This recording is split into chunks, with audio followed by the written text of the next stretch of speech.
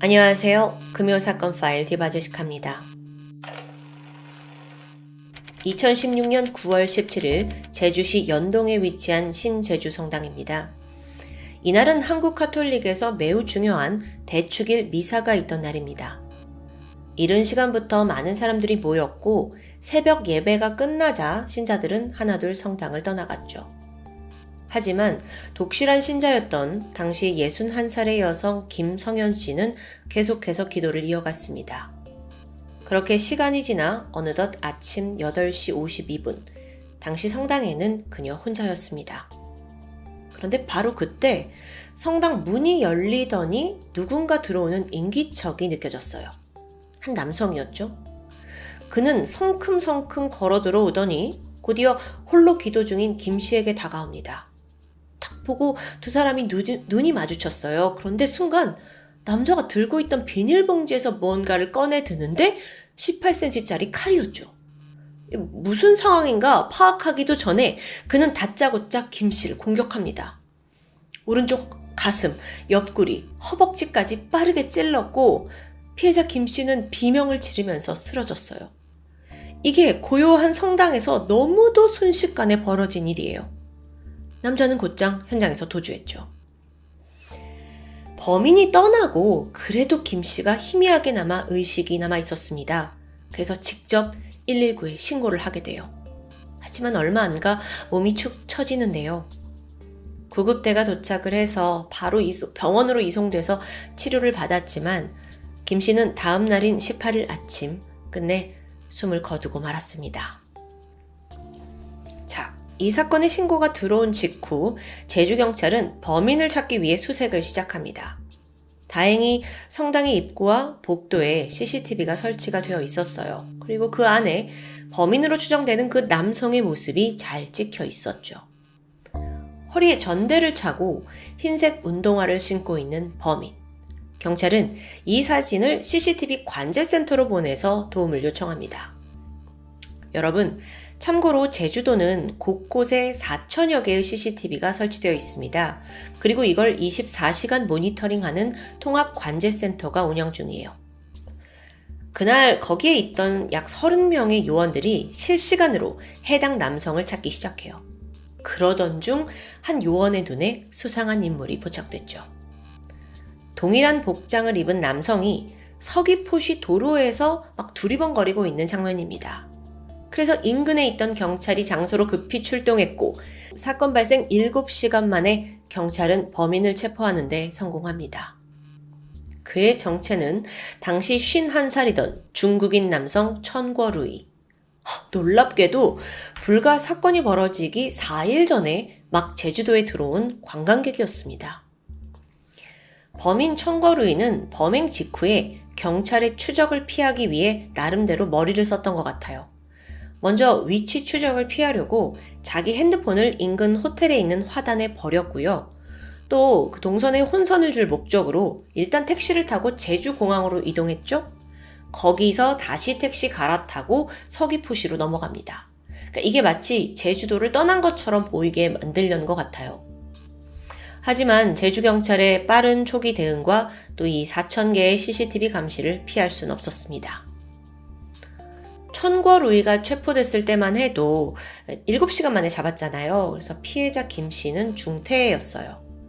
그렇기 때문에 그에게는 살인 미수 혐의가 적용되죠. 하지만 다음날 피해자가 사망하면서 즉각 살인사건으로 전환됩니다. 중국인 관광객이었던 천궈루이는 왜 도대체 남의 나라 성당에서 갑자기 모르는 여성을 살해한 건가? 이게 이제 화두로 떠올라요. 그런데 그가 밝힌 범행 동기가 정말 황당합니다. 뭐라고 했냐면 바람난 아내가 떠올랐어요. 그래서 화가 나서 죽였죠. 그러고 보니까 이 천궈루이라는 사람이 중국에서 이미 2번의 결혼을 한 전적이 있어요. 그런데 전 부인들이 모두 바람이 나서 도망갔대요. 이 일로 여성에 대한 반감을 품었던 것 같은데 그러다가 제주 여행을 오게 됐죠. 근데 마침 내 인생은 왜 이러지? 왜 이렇게 안 풀리지? 하다가 돌연 눈앞에 보이는 성당으로 들어섰는데 거기서 우연히 혼자 기도하는 여성을 보자 전 부인이 떠올라서 순간적인 화를 참지 못해 칼로 찔렀다는 주장. 자, 우린 이걸 그대로 받아들일 수 있을까요? 이게 진실일까요? 경찰은 천거루이가 거짓말을 한다고 판단했습니다. 아니, 생각해보세요. 애초부터 성당에 그 비닐봉지에다가 흉기를 가지고 들어간 것 자체가 말이 안 되죠. 그래서 일단 범행 전에 어떤 행적을 보였는지 낱낱이 파헤치기 시작합니다. 먼저 그는 제주에 입국하고 이틀 뒤에 시내마트에서 흉기를 구매했습니다. 게다가 범행 전날에는 2차례에 걸쳐서 미리 이 성당을 다녀갔다고 해요. 뿐만 아니라 이 성당 1km 반경에 있는 한 교회에도 방문한 게 확인됐어요. 그러니까 지금 이걸 어떻게 볼 수 있냐면 범행 장소를 종교 장소로 계속 물색을 한 거죠. 범인의 숙소는 성당에서 약 500m 떨어진 곳에 있었습니다. 애초부터 9일간의 일정으로 제주도에 왔다고 진술했어요. 그런데 막상 숙소에 가보니까 짐이랄 게 별로 없는 거예요. 이게 봤을 때 정상적인 여행으로 제주도에 온 게 아니라 오로지 범행을 목적으로 제주도에 온 게 추측이 된 부분이에요. 경찰이 계속 추궁을 했습니다. 그러자 천 씨가 결국 계획범죄를 저질렀다는 걸 인정하는 듯한 발언을 하긴 하는데 뭐라고 했냐면 어린 여성은 너무 불쌍하고 성인 남성은 나한테 반격할 거잖아요. 그래서 대상을 성인 여성으로 잡은 거죠. 그런데 이 말과 동시에 이해가 안 되는 말도 남겼어요. 누군가 내 머리에 칩을 심어 조종해서 살해한 거예요. 이것도 뭔 소리야. 그가 말하길 중국 정부가 자기 머리에 칩을 심어놨대요. 그걸로 인해 자기가 고통받고 있다고 하고요. 여기서 해방이 되기 위해선 외국에서 범죄를 저질러야 한다라는 황당한 이야기. 정신이 좀 오락가락한 것 같죠? 경찰은 이번엔 중국에 있는 천 씨의 가족을 대상으로도 조사를 진행합니다. 보니까 천 씨가 평소에도 누군가 날 조종하고 있어 이런 이상한 말을 했다고 해요. 근데 또 정식으로 치료를 받거나 약을 먹은 적은 없고요. 그의 상태를 좀 더 면밀히 파악할 필요가 있습니다. 그래서 국내에 있는 프로파일러들과 면담에 들어가는데 그 결과 천 씨가 망상 증상은 있지만 이게 조현병으로 볼 정도는 아니라고 판단이 됐습니다. 자, 생각해보세요. 범행 전에 미리 현장 2번이나 답사했죠? 그리고 범행을 저지른 후에도 혼선을 주기 위해 이런저런 도주 행적을 남겼잖아요. 이건 철저하게 계획범죄를 저질렀다고 볼 수 있는 거죠. 단순히 망상장애, 정신병을 의심하긴 좀 힘들고요. 그래서 결국 제주경찰청은 그의 신상을 공개하기로 결정했어요. 특히나 신성한 종교시설에서 잔혹한 범행을 저질렀다는 점이 사유였습니다. 그렇게 천 씨가 취재진 앞에 맨 얼굴을 드러내게 돼요. 기자들이 몰려들어서 지금 심경이 어떻습니까? 라고 묻자 뭐라고 하냐면 평소와 같아요. 아주 담담히 대답하는 거예요. 이런 놈이 다 있어요. 이후 국내에서 치러진 천 씨의 재판, 어떤 결과가 나왔을까요? 2017년 2월 1심에서 그에게 징역 25년형이 선고됩니다. 재판부는 도저히 납득할 수 없는 사고와 경위로 게다가 얘는 진지한 반성도 없고 사과의 뜻도 없어서 이같이 판결한다 라고 이유를 밝혔습니다. 하지만 이때 천 씨의 망상장애와 심신미약은 또한 재판에 영향을 미치기도 했어요. 그래서 무기징역이 아니라 25년형에 그치게 된 거고요. 그런데 선고가 내려진 순간 천거루이의 반응이 참 꼴사나운데 징역 25년입니다 하니까 갑자기 소리를 내면서 쓰러져요. 그래서 숨을 못 쉬겠다면서 들어 눕는 겁니다. 그러다가 한참 이게 안 됐는지 다시 번떡 일어나가지고 왜 이런 판결을 나한테 주냐 라면서 불만을 품고 난동을 부리기도 하고요. 이건 정신의 문제가 아니라 그냥 연기자예요, 연기자. 자, 항소심은 2달 뒤인 4월에 열렸습니다. 이때 법원은 원심 파기하고 형을 더 늘린 징역 30년형을 선고했어요. 그 판결문을 보면 망상장애, 심신미약을 고려하더라도 원심은 너무 가볍다라고 아주 오랜만에 시원하게 밝혔죠. 이게 그대로 확정이 되면서 천과루이는 현재 국내 교도소에 복역 중입니다. 여러분, 자, 사건의 전말은 여기까지지만 좀 짚고 넘어가야 할 것이 있습니다. 그는 도대체 왜 많고 많은 장소 중에 하필 제주도에서 범행을 저지른 걸까요? 그것도 자국이 아니라 외국이잖아요. 정말 그 머릿속을 지배한다는 칩에서 벗어나기 위해서 그건 믿지도 않아요. 궁금증이 들어서 보니까 답은 생각보다 간단했습니다. 바로 제주의 무사증 제도 때문이었어요. 이게 뭐냐면 쉽게 말해서 외국인이 비자 없이 자유롭게 제주도를 방문할 수 있는 제도인데요. 이걸 다른 말로는 무비자 입국 제도라고도 하죠. 지난 2002년에 제주에서 관광객 유치를 위해 정부가 이거 제도를 유치하게 됩니다.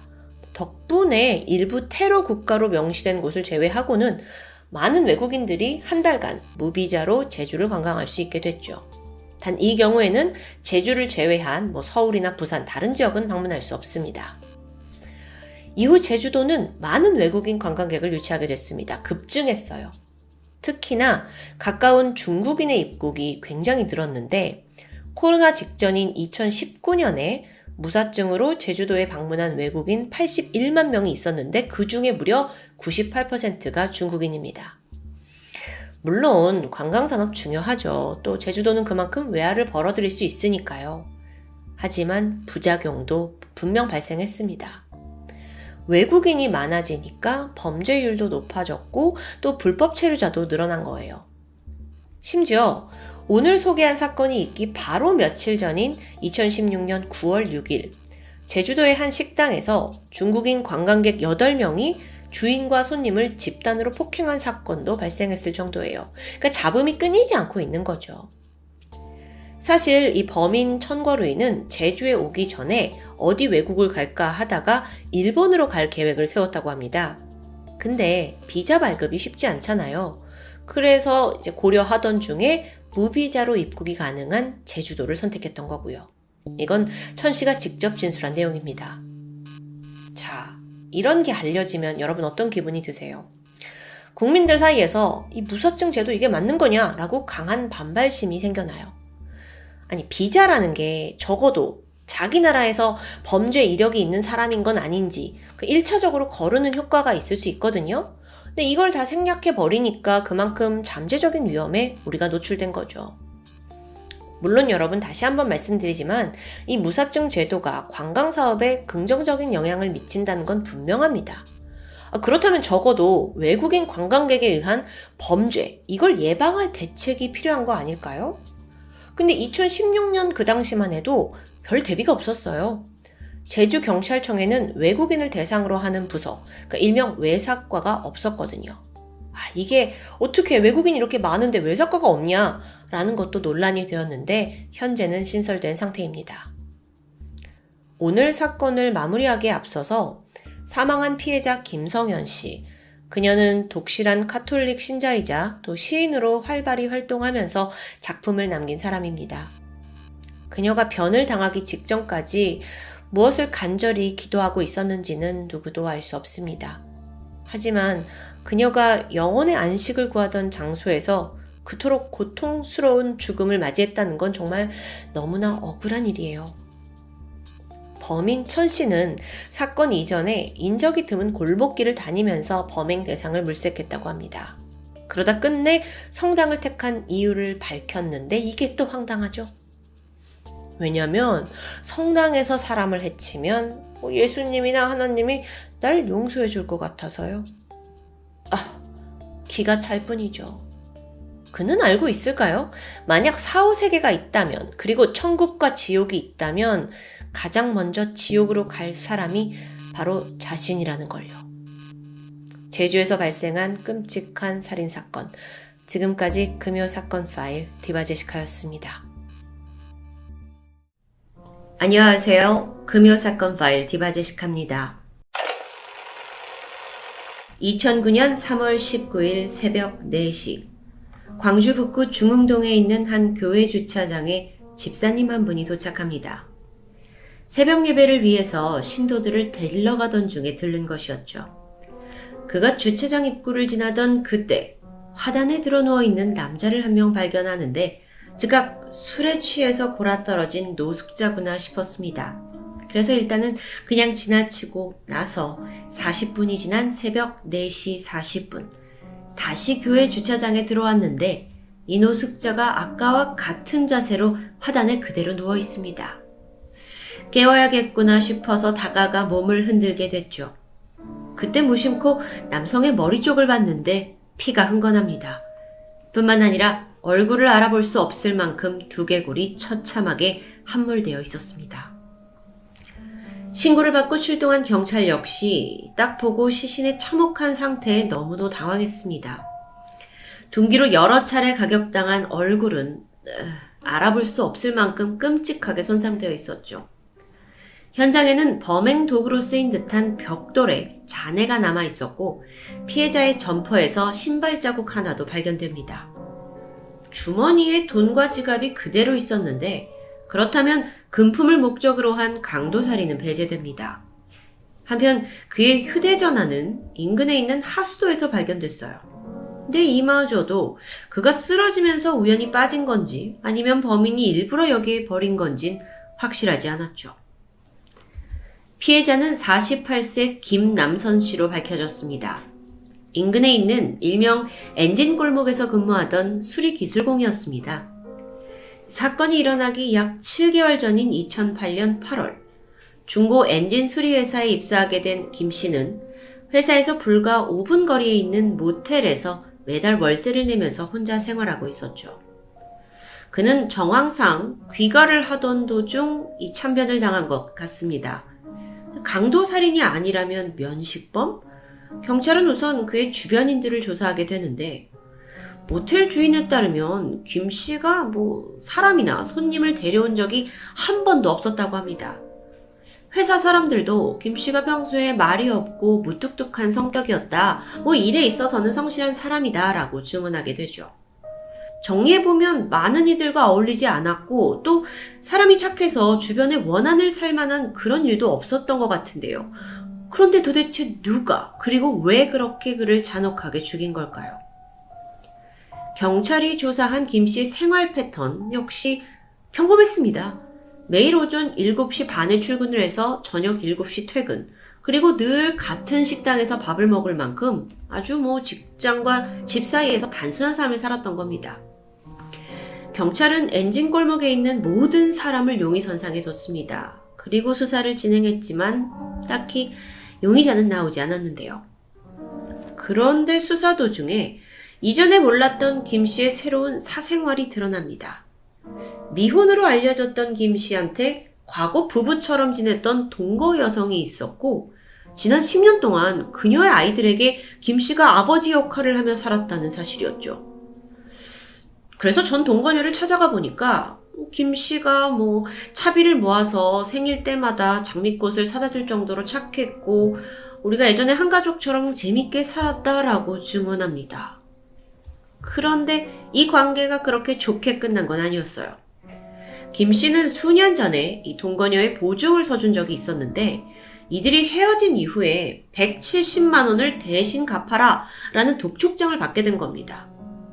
물론 김 씨의 수입이 월 220만 원 정도로 돈을 갚을 능력은 있었습니다.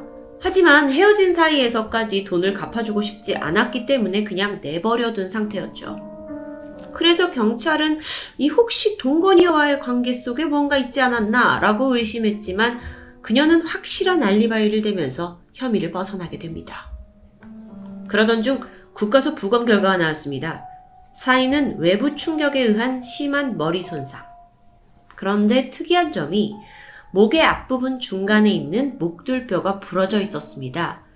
즉 범인이 피해자의 목을 조른 흔적인데 생각해보면 벽돌로 머리를 친 것으로도 모자라서 목을 졸라 확인 사살까지 한 거다? 이렇게 이중으로 공격을 했다라는 점을 두고 전문가들은 원한에 의한 살인의 가능성을 높게 두었고요. 또 이 두 사람 간에 분명히 살인을 저지를 만한 어떤 스토리가 있다라는 게 분명하다고 말했습니다. 그렇다면 김 씨는 사고 당일 누구를 만났을까요? 그는 저녁 7시 20분쯤 퇴근해서 동료와 함께 회사 근처 추어탕집에서 1시간 정도 밥과 소주 2병을 나눠 마셨습니다. 그리고 저녁 9시 김 씨가 걸어서 숙소에서 약 10분 거리에 있는 성인 오락실의 모습을 드러냈죠. 여기서 김 씨의 또 다른 사생활이 드러나는데 사실 그는 1년 전부터 취미로 일주일에 2-3번씩 불법 게임장을 드나들고 있었습니다. 오락실 주인에 따르면 이날 김 씨는 평소에 알고 지내던 서 씨, 오 씨, 박 씨, 김 씨 이 4사람을 만나게 돼요. 이들이 김 씨를 김 사장 하고 불렀고 사실 회사 동료를 빼고는 이들이 유일하게 교류하는 사람들이었죠. 김 씨가 오락실을 나온 시각은 밤 11시 45분. 그리고 나서 그의 행적이 확인된 건 약 25분 후인 새벽 12시 9분쯤이었습니다. 어디서 확인됐냐? 광주 북구 유동의 한 백화점 외부 CCTV입니다. 김 씨의 모습이 포착됐어요. 근데 좀 의외였죠. 평소 스케줄대로라면 숙소에 있었을 시간입니다. 그런데 이때 CCTV에서 또 김 씨가 혼자가 아니에요. 또 다른 남자가 있었는데요. 여기서 약간 주목할 만한 점은 오락실에서 이 백화점까지는 사실 걸어서 5분이면 갈 수 있는 가까운 거리인데 오락실에서 나와서 25분 만에 모습을 드러냈다? 라는 걸 토대로 그 사이 김 씨가 안면이 있는 그 누군가를 만나서 함께 이동한 것으로 보입니다. 김 씨 키가 176, 함께 있던 남자는 그보다 좀 더 작은 168에서 169 정도로 보입니다. 검은 뿔테 안경을 쓰고 있었고 패딩 점퍼에 청바지를 입고 있었죠. 그렇다면 CCTV 안에서 이 2사람의 모습은 어땠을까요? 의문의 남자는 김 씨를 백화점 뒤에 있는 벤치로 데려갔고 2사람은 약 10분간 대화를 이어갔습니다. 그러다 갑자기 남자가 김 씨를 향해서 무릎을 꿇어요.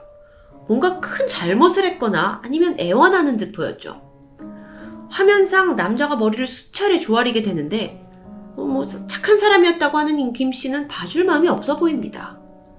그런데 이 순간이 또 다른 목격자에 의해서도 포착됐습니다. 바로 담배를 피우려고 잠깐 백화점 밖으로 나왔던 경비 아저씨였죠. 목격담에 따르면 그 남자가 이렇게 말을 했다고 해요. 형님, 제가 잘못했습니다.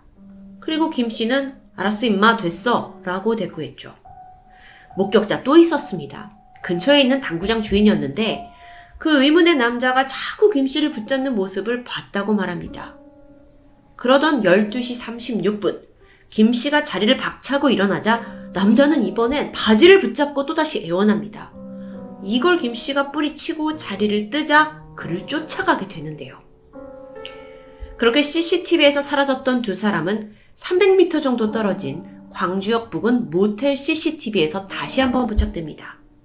1시 3분이었어요. 남자가 또 김 씨 앞을 막아섰죠. 김 씨가 뿌리치면 또 가서 붙잡았습니다. 아니 도대체 이 둘 사이에 무슨 일이 있었던 건지 너무도 궁금해지는데 경찰은 이 영상 속에 있는 남자를 용의자로 지목했고 추정상 새벽 1시 10분쯤 김 씨가 살인을 당한 것으로 보았습니다. 왜냐하면 그때 이후에 어디에서도 김 씨의 행적이 보이지 않았기 때문이었죠. 용의자를 추적하던 중 경찰은 그 김 씨가 오락실에서 이전에 만났던 4명의 남자 중 1명이 아니냐라는 가능성을 검토했지만 물어보니까 이들이 다 같이 함께 노래방에 있었다라는 알리바이를 서로 확인해주면서 혐의는 벗어나게 되죠. 경찰은 이런 여러 명의 목격자들의 증언을 토대로 30대로 추정되는 그 남성의 몽타주를 만들었습니다. 그런데 안타깝게도 제보는 없었죠. 이러면 사실 경찰도 더 이상의 단서가 없어서 수사에 힘이 빠지지 않을까 싶은데 그러던 사건 2달 후에 김 씨가 사망한 그 교회 기억나시죠? 여기서 3.2km 떨어진 이번엔 다른 교회 앞에서 한 건의 피살 사건이 벌어졌습니다. 피해자는 40대 여성으로 해당 교회 신자였죠. 목격자에 따르면 범인은 키 170 정도의 30대로 보이는 남성. 이게 마침 인상착의가 그 김 씨한테 막 무릎을 꿇었던 남성과 아주 유사합니다. 그래서 경찰이 관련성을 두고 수사를 해가던 중 다시 2달 뒤에 이번에는 그 교회로부터 10km 떨어진 한 성당 앞에서 또 한 번의 피살 사건이 벌어지게 되는데요. 피해자 역시 성당에 다니고 있던 여성 카톨릭 신자였죠. 이거 뭔가 냄새가 나나요? 최초 김씨 살인부터 2달의 간격을 두고 벌어진 피살 사건. 공통점은 모두 종교시설 앞에서였다는 점입니다. 이거 연쇄살인일까요? 천만다행으로 범인이 도주할 때 사용했던 자동차 번호가 포착되었고 마침내 그가 검거됩니다. 범인은 38살의 A씨. 그는 지난 2008년 6월 몽골인 아내와 결혼을 하게 됐는데 잦은 다툼이 있었고 이내 아내가 한국에 적응하지 못한 채 결혼 1년 만에 본국으로 돌아가 버립니다. 남편은 즉각 혼란에 빠졌죠. 그래서 아내를 찾으려고 몽골에 있는 처가를 방문하게 되는데 이때 처남과 처형이 내 동생 죽었으니까 이제 찾아오지 마라 하면서 면박을 주게 됩니다. 그리고 이 사건으로 인해서 A씨는 엄청난 분노에 들끓게 돼요. 그리고 자기를 그렇게 하대한 처남, 처형이 기독교인이었다라는 점에 집착하면서 맹목적으로 한국에 돌아와서는 여성 종교인들에게 적개심을 품고 묻지마 범행을 결심했던 게 드러납니다. 그러니까 교회 앞에서 사망한 그 40대 여성 피해자와 성당 앞에 있던 여성 교인, 이 두 사건 모두 그의 살인 행각이었던 겁니다. 여기에 대한 확실한 물증도 확보가 됐어요. 그런데 문제는 범인이 김씨 살인 사건과 자신은 무관하다고 주장하는데요. 그리고 보니까 사실 세 건을 연쇄라고 보기엔 좀 힘들었습니다. 일단 김씨는 남성이고요. 그리고 사건도 좀 다른 양상을 보였죠. 흉기도 달랐고요. 결국 경찰은 추가 조사 결과 A씨는 이 김씨 살인 사건의 용의자가 아니다라고 판단해서 수사에서 제외합니다. 자, 그렇다면 이건 모두 다시 원점으로 돌아왔는데요. 그렇다 하더라도 빠른 해결을 하겠다고 이 세 건 모두 이 사람 범행으로 몰게 되면 여러분 아시죠? 진범은 어딘가에서 자축하면서 또 다른 범행을 꾸밀지도 모를 일입니다. 이후 경찰은 다시 맘을 먹고 김씨 주변인을 상대로 탐문조사를 합니다. 그러다가 또 다른 반전 같은 사실을 밝혀내요. 알고 보니 혼자 사는 줄 알았던 김씨 방에 그동안 한 여성이 꾸준히 드나들었다는 증언입니다. 그녀는 인근 다방 종업원이었는데 배달을 왔던 겁니다. 근데 정작 그녀가 뭐라고 하냐면 한 10번 정도 커피 배달을 갔고 말상대만 해줬지 외부에서 만날 정도로 친밀한 사이는 아니다 라고 말합니다. 그러니까 고객이었다 정도인데 과연 김씨도 이걸 그렇게 받아들였을까요? 경찰은 그녀를 중심으로 수사를 이어가던 중 이번엔 또 다른 새로운 인물이 등장합니다. 인근에서 노점상을 하고 있던 박씨. 박씨가 다방 종업원을 좋아했습니다. 그런데 김씨와 사귄다고 생각을 하면서 스토킹을 하기까지 했다고 해요. 종업원이 결국 일하던 다방을 옮겨야 했다고 털어놨죠. 박씨. 그런데 또 조사를 해보니까 공교롭게도 그는 CCTV 속 용의자의 체격과 걸음걸이마저 비슷했습니다. 게다가 하필 그날 자신의 노점상을 열지 않았어요. 그날 사건 당일요. 또 옷차림과 기간, 시간을 봤을 때 많은 점이 의심스러웠죠. 살해 동기요? 종업원을 둘러싼 치정사건 아닐까요? 이렇게 추측했지만 정작 박 씨의 얘기를 들어보니까 무슨 소리냐? 난 스토킹한 게 아니다. 물론 호감을 입긴 했지만 청사가 안 된다고 징징대니까 내가 커피 한 잔 팔아주는 아주 가벼운 관계였다 라고 설명합니다. 말이 다 다르죠. 결정적으로 나는 김씨가 누군지 모른다 라는 증언으로 경찰을 더욱더 혼란스럽게 했습니다. 실제 박씨의 DNA와 현장의 혈흔을 대조하게 되는데 증거 확보 불가능 수준으로 나왔고요. 결국 그는 수사선상에서 제외됩니다. 이 사건이 아주 해결될 듯 말 듯 연쇄사건과도 오버랩되는 등 여러 이슈를 겪었습니다. 그러다 결국 미제로 남게 되죠. 그리고 사건 발생 7년 만인 2016년에 수사를 맡고 있던 미제 전담 수사팀이 김 씨와 이 용의자가 찍힌 CCTV 영상을 공개했습니다. 이게 얼굴이 식별되는 수준은 아니었지만 실루엣만으로도 이걸 보고 혹시 닮은 사람이 떠오르면 제보를 받을 수 있지 않을까 하는 희망을 걸었기 때문입니다. 이후에 그알팀에서도 이 사건을 대대적으로 알리기 위해 노력했죠. 그러던 중 방송국의 한 통의 제보가 들어옵니다. 그리고 의문의 두 남자가 통화하는 녹취 파일이 공개되는데요. 내용은 이랬습니다. 첫 번째 남자가 그래 아직 안 잡혔어. 그 배씨 똘마니가 죽여가지고. 그러자 두 번째 남자가 배씨가 시킨 거예요. 그러자 다시 답합니다. 벽돌로 머리 쳤잖아. 그것 때문에 비상 걸렸어. 못 잡았지. 그 똘마니 잠수 탔잖아. 이 녹취록에서는 배씨라는 새 인물이 등장합니다. 그가 자신의 하수인에게 김씨 살인을 지시했다는 내용이죠. 그러고 조사를 해보니 이 배씨란 사람은 현재 인신매매, 취업사기 등 여러 범죄에 연루돼서 실형을 살고 있었습니다.